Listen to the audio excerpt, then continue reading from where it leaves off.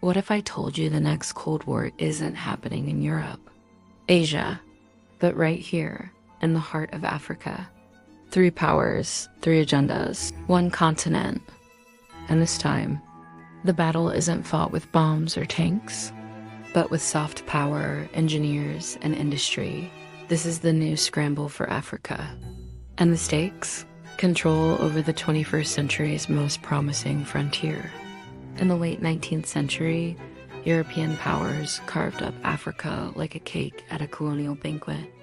They called it the Scramble for Africa, a brutal land grab that left scars still visible today.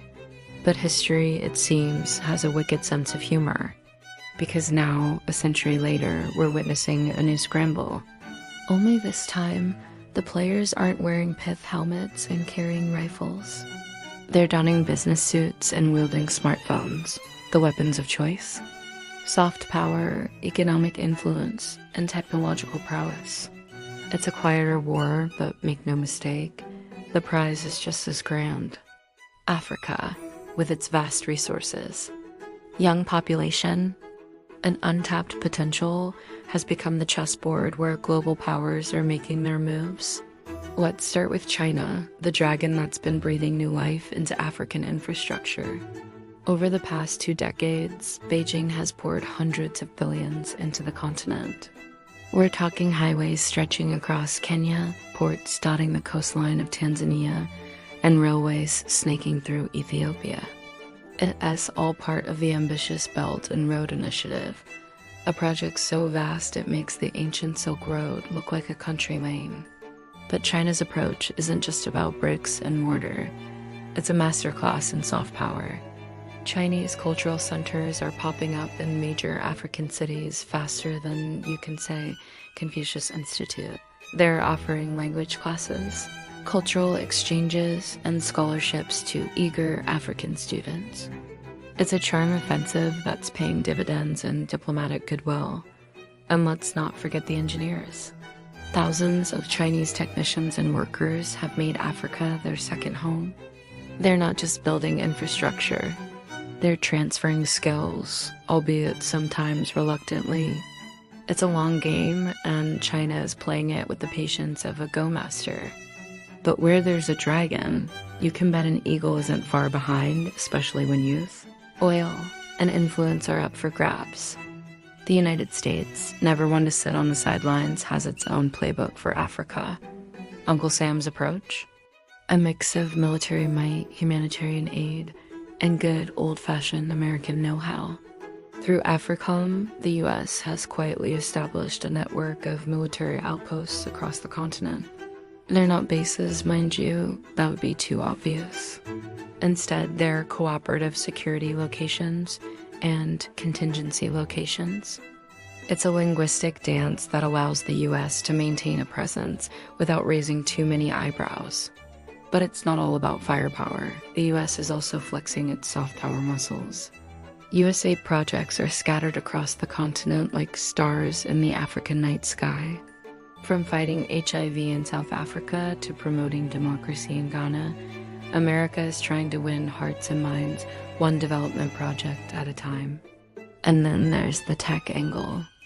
Silicon Valley giants are eyeing Africa's burgeoning tech hubs with keen interest.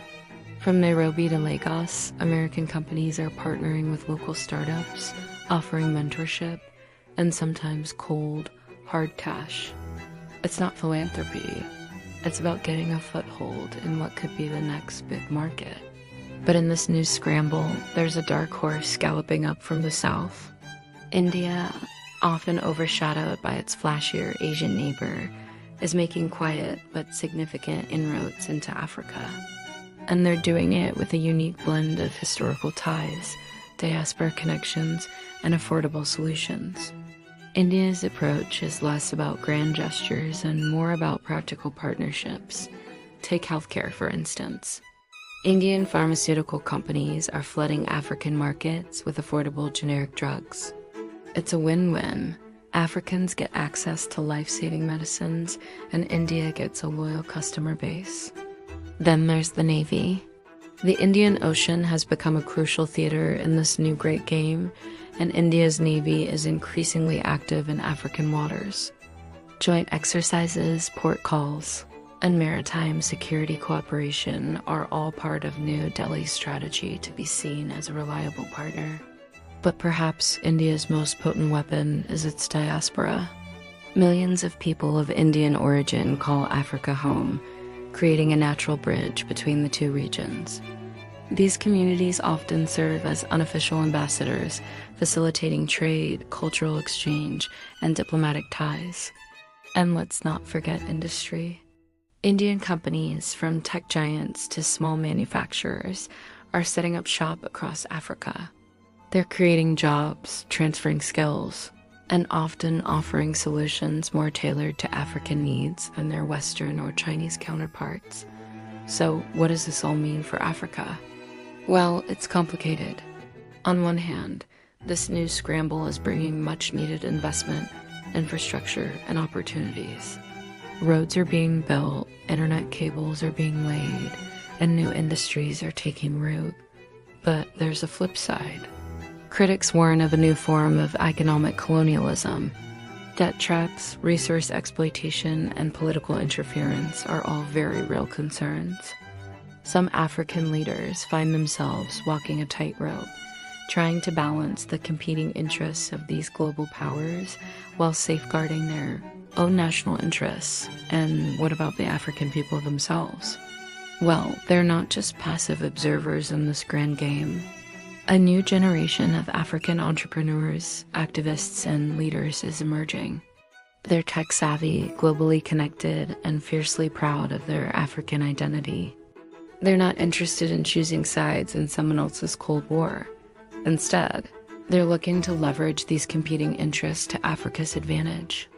In the bustling tech hubs of Nairobi and Lagos, young coders are developing apps and platforms that could revolutionize everything from agriculture to finance.